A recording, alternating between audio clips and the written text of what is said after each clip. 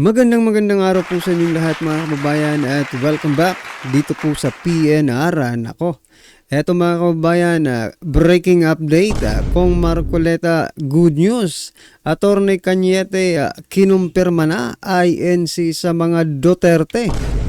Nako, finish na. Yan mga kababayan ang ating aalamin at bibigyan ng komento mula po kay Pinas News Insider.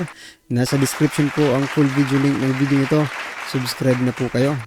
At ito nga mga kababayan, mga napupuso ang senador sa 2025. Atin din pong bigyan ng opinion nito, no? So ito mga kababayan, unahin na po natin itong mga napupuso ang senador, no? May nag-post po kasi, no? Sabi niya, ito ang top senators ko. 2025, pasado rin ba? Pasado ba sa inyo? Yan mga kababayan, yan po yung ano niya, yung post, no? So ito, panoorin po natin kung pasado rin ba sa inyo itong mga top senators. Kasi sa akin, mga kababayan, talagang pasado po ito. Ito, pakinggan po natin ito.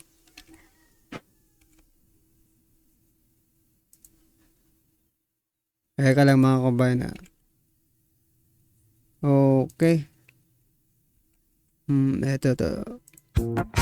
My campaign against drug will not stop until the last pusher and the last drug lord are Ron ko kitag mga congressman So ito, number 2 mga kababayan. nga hadlok sa ilang speaker. Ngano man na? Balik na po nagkaroon na ng peace talks nila. Mangutana ko nila. So mga kababayan, number 1 po si PRRD, number 2 si Paulo Duterte, at number 3 itong si Baste Duterte. Ini si BBM. Ikay ni Sakag Bukid. Sundalo ka. Ikay polis nagbantay dito sa Pakibato o Marilog. Tukulyod ko. Kulyod ta. Utang ina. O sa ginahulat na to. Okay mga kababayan, number 4, Senator Joel Villanueva. Pasok din mga kababayan, no? Management, national government budget. Ngayon ka-flood management, nasa 1.35 billion kada araw. Meron po ang DENR, meron din po ang MMDA, meron din po ang Pag-asa, meron din po ang Climate Change Commission. Aabutin po ito ng 1.44 billion. Ito number 4 mga kababayan, or number 5 mga kababayan, si Congressman Marcoleta. Palakpakan natin. Ito talaga mga kababayan, malapit sa puso ng taong bayan ito si Congressman Marcoleta, kasi nung panahon pa man, no, ni talagang hindi natin masasabing balimbing mga kababayan. Kasi sa panahon pa man ni PRRD, talagang na to no? Supporter na po ito, no? Tapos nakita rin naman natin kung gaano po siya ka-dedicated na tumulong sa taong bayan. Doon pa lang po sa investigasyon ng sa ABS-CBN natin nakilala si di ba? Si Congressman Marcoleta. At hanggang ngayon hindi pa rin nagbabago ang kanyang prinsipyo. Unlike po sa iba mga kabayan, di ba? Marami po doon sino pa bang tumira sa ABS-CBN? Congressman Dan Fernandez, si OG Boying Rimulya, sino pa?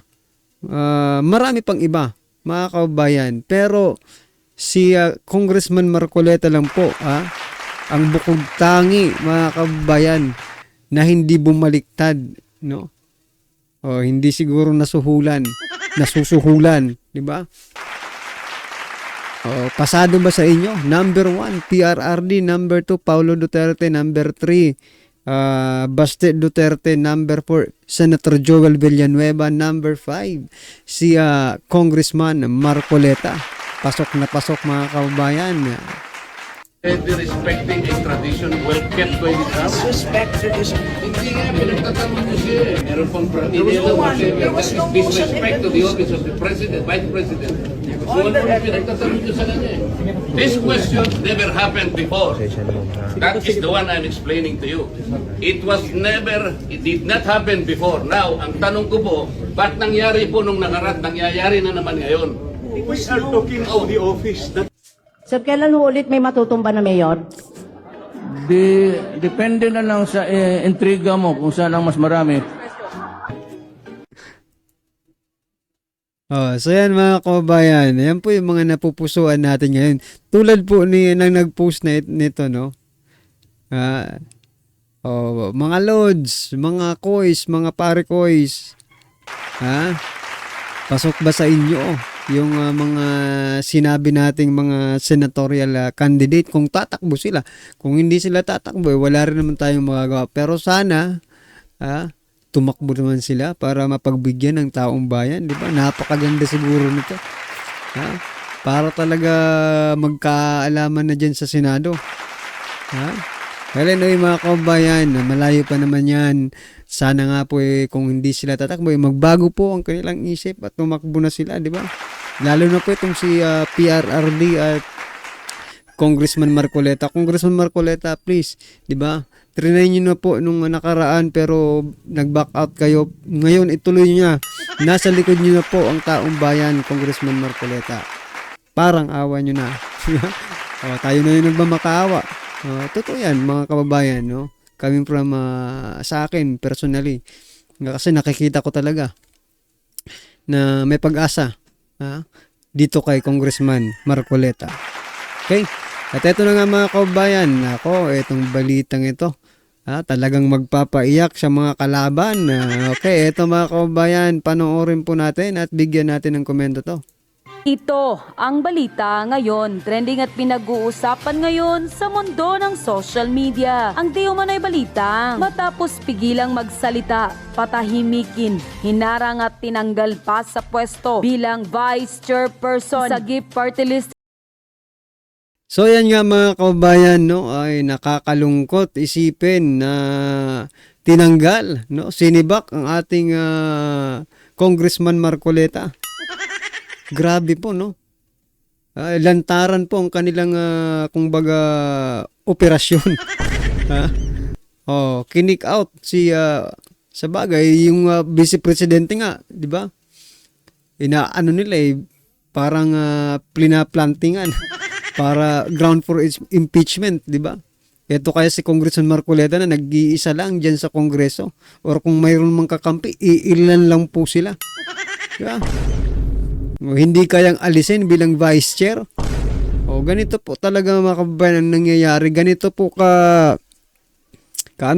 kasalimuot yung kongreso ngayon.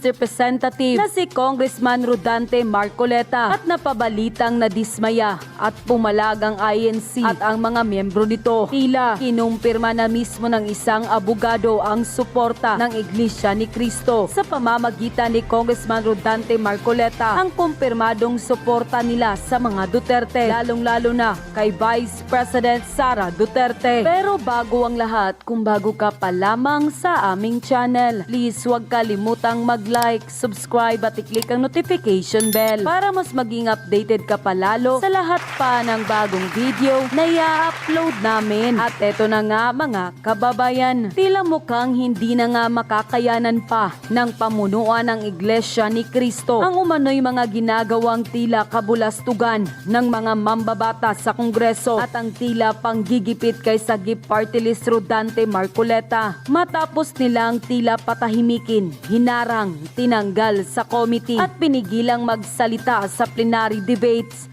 ng proposed 6.3 trillion national budget para sa taong 2025.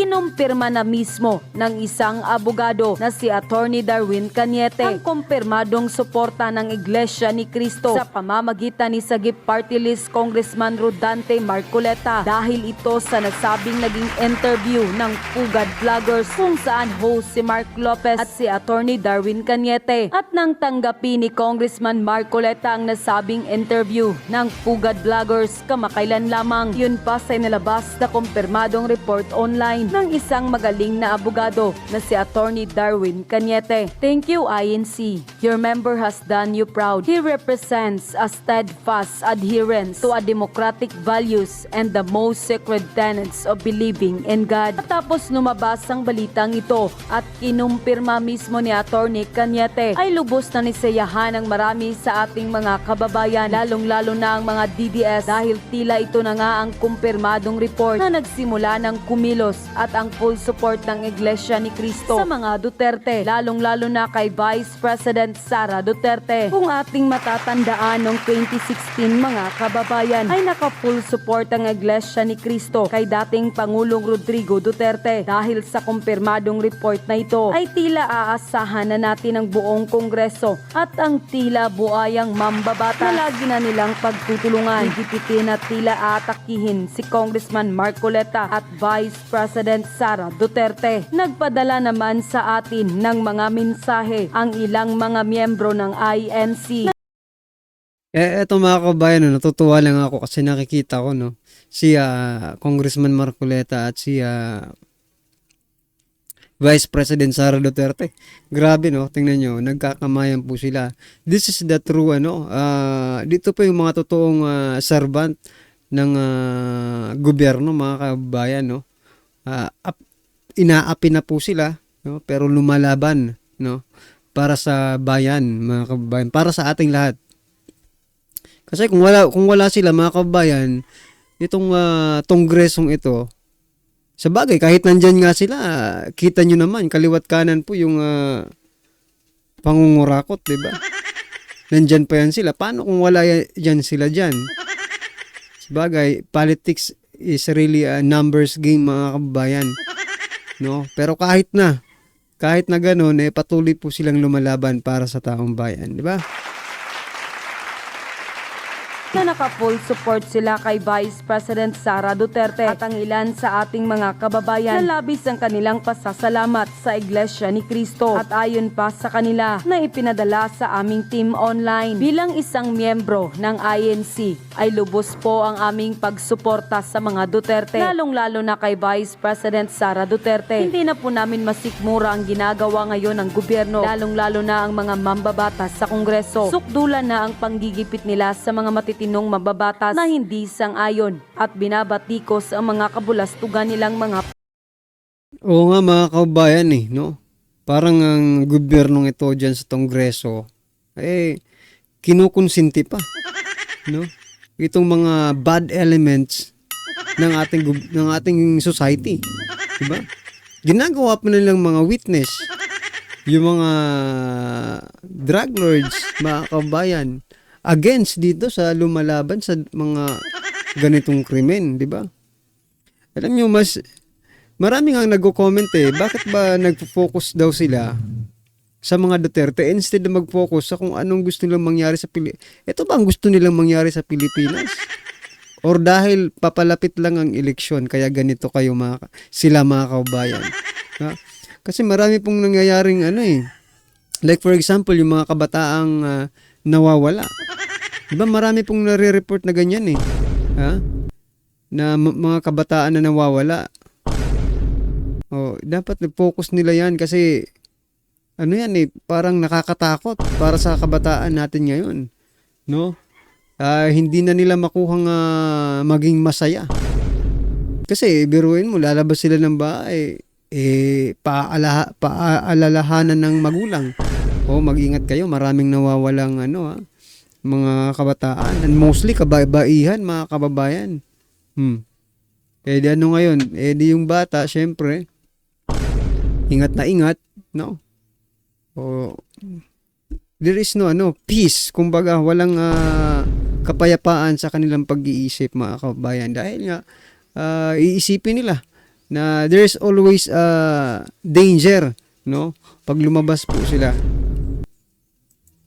plano, lalong-lalo na ang kaliwat kanan nilang pangbabatikos kay Vice President Sara Duterte. Naway makonsensya naman sila, puro na lang pera at ayaw nang bumaba sa kapangyarihan. Pera ng taong bayan na mga nilulustay nila. Hindi na nga nahiya, ibinalandra pa online ang mga mamahaling gamit at ipinagmalaki pa talaga. Makarma naman kayo, pera ng taong bayan yan. Hindi talaga tulong sa mga mahihirap ang mga plano nila, kundi para sa sariling kapakanan lang nila. Kaya kami ngayon bilang miyembro ng INC ay full support kami sa mga Duterte kahit ano pa man ang mangyari. Babasagin na po namin ang aming katahimikan, admin. Sana po ay mabasa nyo po itong mensahe namin. Bilang mga miyembro po ng Iglesia ni Cristo ay hindi na po namin palalampasin ang mga kontrobersiyang kinasasangkutan ngayon ng Marcos administration at ang mga mambabatas sa Kongreso. Grabe, sukdulan na talaga ang kanilang panggigipit sa mga Duterte. Sobra ng obvious at di makatotohanan. Ang kanilang drama ngayon sa Kongreso, mas inuuna pa ang mga walang kwentang hearings na klaro pa sa sikat ng araw na ang layunin lang talaga ay pabagsakin ng mga Duterte. Mayroon namang Supreme Court. Bakit ang ala Supreme Court ang Kongreso? Hindi naman sila ang abogado at ang ilan ay representative ng party list na walang alam sa batas. Puro na lang contempt. Mas magaling pa sila sa Supreme Court na sayang lang talaga ang pera ng taong bayan. Lalong-lalo na ngayon na nilulustay pa nila ang kaba ng bayan at ipinagmalaki pa nila ang mga milyones luho sa online. Dapat ipa-lifestyle check silang lahat. Naway magising na sila sa katotohanan at haplusin ng Panginoon ang kanilang damdamin na itigil na nila ang kanilang mga drama. Maraming salamat po, admin. So yan, tama po yung sinasabi kayo ng mga kabayan. Dapat i-lifestyle check itong mga nayutak na to. Lalo na yung mga nag-chair, no? Sa mga komite. Kasi dyan po sila po yung nangunguna, kumbaga sila yung unang sasahod di ba? Sila yung unang sasahod. Gaya ni Kimbo, mga kabayan, na pag yan, sa sobra mong ambisyon, di ba? Tatakbo ba itong senador si Kimbo? Sabi nga may nag-comment, tumakbo daw ng mayor si Kimbo. Speaking of mayor, mga kabayan, yung pambato ng Liberal LP na lang, na si Leni Robredo ay tatakbo, mga kabayan, ng mayor sa Naga. At si Bong Revilla naman po, mga kabayan, ay official na pong kandidato, nominee ni Tambaluslos sa Lakas CMD. Lakas CMD ba yun? Basta inalasa na po, no, ni Tambaluslos ang kamay, no? Parang winner na agad Huwag nyo lang dayain talaga magkakaalaman tayo dito. Lalo na ngayon yung tao alam na. Dahil sa social media, mga kabayan, palakpakan po natin, no?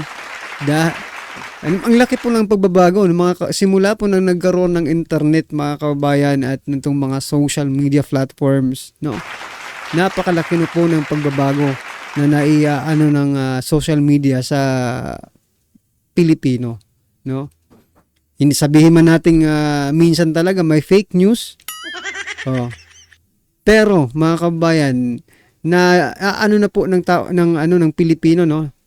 Ng taong bayan na natitimbang na rin nila kung this is fake news o pwede nilang i-check sa ibang website, sa ibang social media, sa ibang mainstream media na mayroong mga social media accounts, di ba?